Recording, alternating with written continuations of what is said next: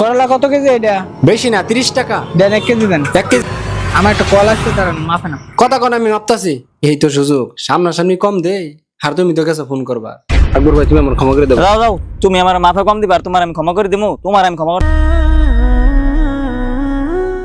মতি ভাই, হ্যাঁ পেজ আছে না? আছে। কত করিয়া? পেজ 50। দেন 1 কেজি দেন। কেজি বেশি লাগতো না, দেন। হ্যাঁ তোমার তো 1 কেজি দিতাছি। সিস্টেমে কমপক্ষে 200 গ্রাম কমাই দিম। আমার ব্যবসা ধরে নেও, কিছু লাগলে আবার আইও যায়। আচ্ছা ঠিক আছে। করলা কত কেজি এটা? বেশি না, 30 টাকা। দেন 1 কেজি দেন। 1 কেজি। হ্যাঁ 1 কেজি। আমার মাপতাছি। এই তো সুযোগ, সামনাসামনি কম দে। আর তুমি তো কাছে ফোন করবা, কমপক্ষে হাফ কেজি কম দিম। হ্যাঁ মাপছি। হ্যাঁ দেন। ধরেন।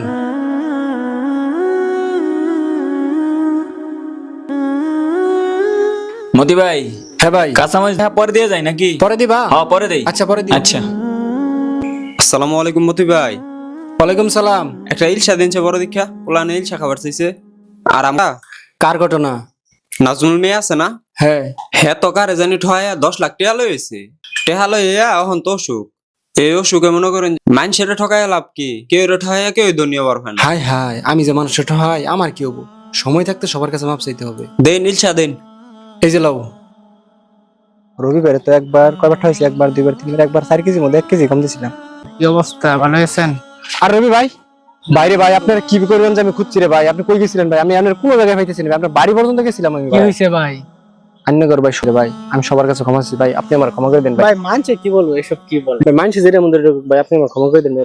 আপনি আমার তো হয়েছে, আমি আপনার ব্যবহার মুগ্ধ ক্ষমা করে দিছি, আপনার সমস্যা নেই ভাই। ভাই ঠিক আছে? আচ্ছা, আসসালামু আলাইকুম। জয়নাল ভাই, জয়নাল ভাই বাইতে আছো? এটাই ভাই। মতি ভাই যে হঠাৎ আমার কাছে কি মনে করিয়া? ভাই আমি তো ওজনে কম দিতাম রে ভাই।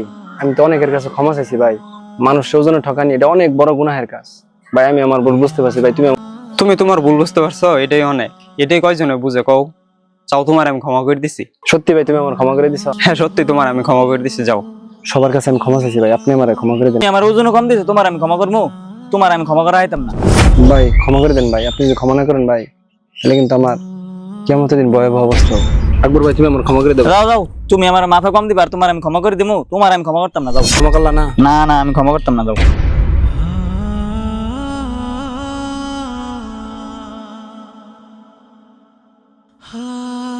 আকবর ভাই না ওইটা? একবার তো মাপ চাইছি, এখন আবার কইলে ক্ষমা করাই নাকি? আল্লাহ ভরসা।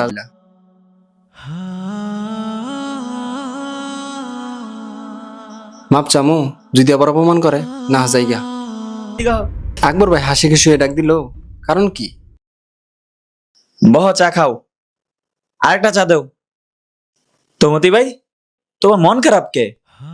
তোমার ভাই নাই। তাহলে তোমার মন খারাপ কে?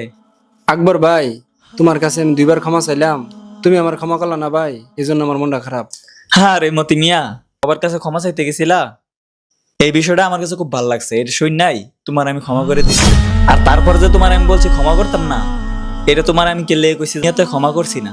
এর লেগে যদি তুমি কষ্ট পাও, এর লেগে যদি তুমি ছটফট করো, যখন মইরা যাবা পরকালে কেউ যদি তোমার ক্ষমা করে না থাকে, তখন তোমার কি অবস্থা হবে? ওই দিন কি তুমি টাকা পয়সা দিয়া ঋণ শোধ না? ওই দিন তোমার ঋণ শোধ করতে গেলে তোমার নেকি তার দিয়ে দিতে হবে, আর না হয় তার গুনাহ তোমার নিতে হবে। চিন্তা করে দেখছো কত ভয়াবহ ব্যাপার। আর মতি মিয়া, তুমি কষ্ট পাও না, তোমার আমি মন থেকে ক্ষমা করে দিছি। আলহামদুলিল্লাহ। আর আমাদের নবীজি কি কইছে জানো? সৎ ব্যবসায়ী আর আমানতদার ব্যক্তি কিয়ামতের দিন সাথে থাকবে, সুবহানাল্লাহ। আবার শহীদও তার সাথে থাকবে। সুবহানাল্লাহ। চিন্তা করো, একজন সৎ ব্যবসায়ীকে কত মর্যাদা দেওয়া